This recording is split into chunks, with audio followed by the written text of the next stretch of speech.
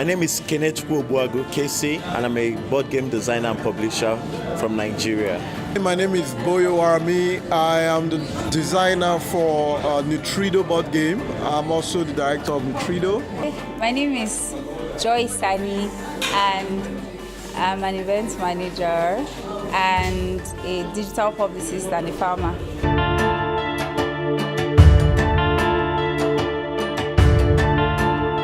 Basically, for me, board game started in 2013 when I designed board game for a friend. Then there was this ASU strike and he was very bored. So I thought of designing a game for him, and that was how the first game ever came about. And at that time, I didn't know it was a profession. I didn't know it was something someone could, do and want to continue doing that. And then subsequently, I designed other games. And in those moments, I found out that board games could be used as a means of expression, as a means to tell stories, as a means to communicate to people what I feel or what I've felt in the past or what I've seen other people feel. And then for me, all along, it has been about telling stories with these board games, and then also trying to create a means of livelihoods for young people who, have joined in designing and publishing these games. So we wanted to impact lives, because I learned so much about behavioral change strategy, and gaming is one of the opportunities for you to change the behaviors of people. And we came up with this idea to design Nutrido board game, health and nutrition board game, and that's our first board game. And consequently, we went further to increase the benchmark, and we did design a video game. Today we couldn't do that, but we have a video game, we have a board game. And Nutrido is one of our good products right there in the market, and is doing well.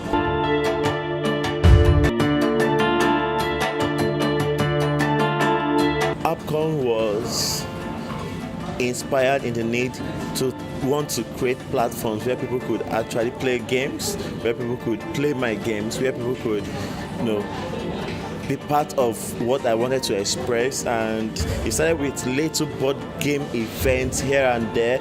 I could remember going to schools or going to parks and then trying to get people involved to play this game. So I met this friend, her name is Zainab, and we talked about trying to organize something that was bigger than both of us, and we named it AppCon, African Boardgame Convention, because it was a dream birthed in taking board games to people, taking board games to every corner of Africa. So I guess that was how the name African Boardgame Convention was built, and how AppCon was built. AppCon is a fantastic opportunity to bring innovators, players, board game enthusiasts, professional people in the industry, news people, all together in one place to promote African content. And this gives us an opportunity to express ourselves. We've seen wonderful board games, creative board games, and that cannot be found somewhere in the world. AppCon is trying to do something that hasn't been done before in Nigeria, which is really to open up the industry called tabletop gaming, and AppCon also strives to bring together people who are passionate about gaming, as well as introduce people who are not very knowledgeable about tabletop gaming to tabletop gaming, and also to promote the culture of tabletop gaming in Nigeria. So that's what AppCon strives to do.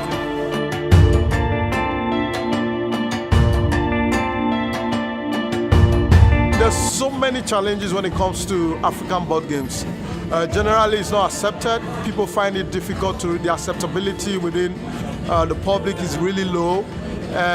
We have design challenges. We have publishing challenges. We also have challenges when it comes to finance. We need sponsors, people who could really sponsor quality content, capable of changing and transforming life, transforming the way Africa or Nigeria is being perceived from the outside world.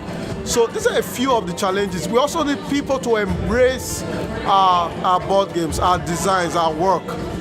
It will really go a long way to encourage us to do more creative stuff when it comes to the board games and video games industry for Africa.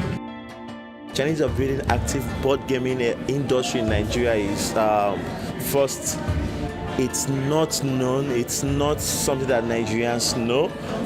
People find it strange when I tell them that there are literally over 1 million games in Nigeria. And I just, sometimes they're like, how do I convince these people? And that's one of the reasons AppCons are made. Now, today, people saw games that they've never seen, and they are quite like intrigued about it. People are kind of, wow, it's this real? Are these board games?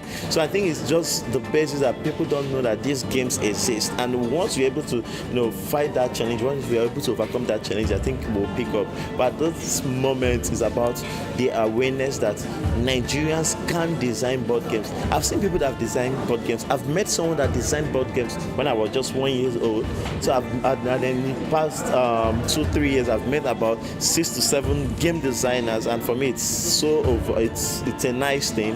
And once people are able to know that they can design board games, I think we'll probably get to other challenges, but at this moment in time, is that knowing, that awareness that we can actually tell our own stories, we can actually express our own feelings, our own thoughts, our own opinions through board games, and we can also play board games beyond the normal 7 to 8 board games we have in the Nigerian market. We are proud to announce the best recipient of our 5,000 naira. See, 5,000 naira is a lot of money. I don't know if I'm not shouting.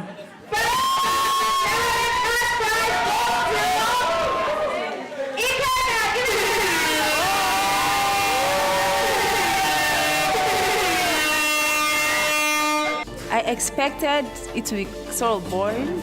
Expected, people to just sit around tables and be drab. But like there was an electricity in the room today that was really palpable. It was almost like, in fact, it was exactly the same way I would feel if I was at a spoken word event or at a concert or watching a really interesting movie in a room full of people. With what I saw here today, it gives me hope. People come here to play games that cut across their religious inclinations, their political background, their color, their ethnicity. I think board games will really come to unify us. Nigeria, for instance, we talk much about unity, but this is an activity that can really bring us together to promote our cultural orientation, to promote our country, Nigeria. We could start focusing on sponsoring events like this, sponsoring games, sponsoring educational content that brings games and education to the foreground. I think this is a wonderful opportunity. If you have an opportunity to sponsor conferences like this, you should pick it up. You should be interested. Young people, I say, come forward. We'll look forward to partnering with NIBCARD to encourage game production and design in schools. We're talking with them currently. We'll have training sessions for young people to learn how to create their own board games and be much more effective. Today was quite interesting. I've never seen so many board games in one place. And it was pretty entertaining. It was interesting how by simple board games, people could get to connect. No questions asked. Heck, with some people, you don't even exchange your names. You just sit down at the table and play games and have fun.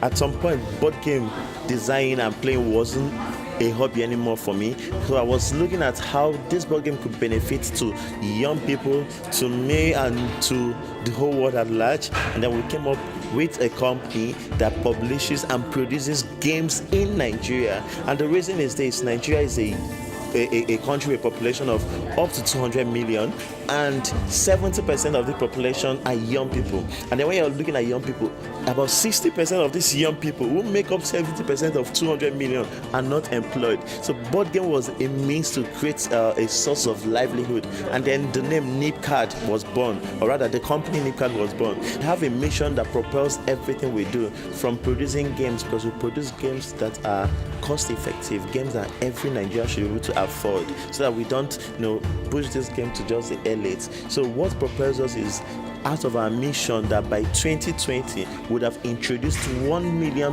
homes to board games. Now we use the word homes because we identify that their homes are made up from two people to 35 people.